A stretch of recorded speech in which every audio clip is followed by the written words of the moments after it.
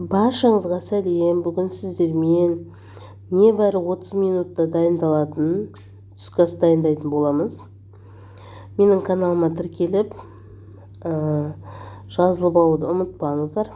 Ал ендеше бізге қажетті осындай арнайы макарондық ұяшықтар қажет болады. Одан бөлек сәбіз, теркадан өткізіп алдым, уже дайындап. Сиыр етінен фарш және де соусқа осылай қызанақты алып блендердің көмегімен езіп, дәміне қарай тұзын, бұрышын, чесногын салдым.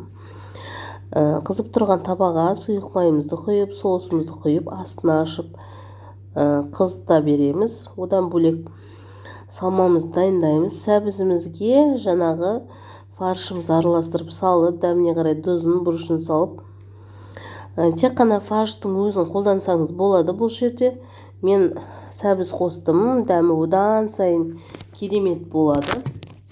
Мінекей тура осылай әрбір ұяшықтың ішіне салмасын салып шығамыз. Одан соң бағана қызып жатырған салмамыздың ішіне осылай әрқайсысын ұяшықтарымызды алып бір-бірлеп салып шығамыз. Шама келсе бір-біріне көп тақамай. Одан соң қайнаған ыстық суымызды алып, ұяшықтар батып тұратындайға құйып, бетін жауып, небәрі 30 минутқа пісіріп аламыз. Мінекей біздің ұяшықтарымыз дайын, өте керемет, дәмі ерекше болып шығады.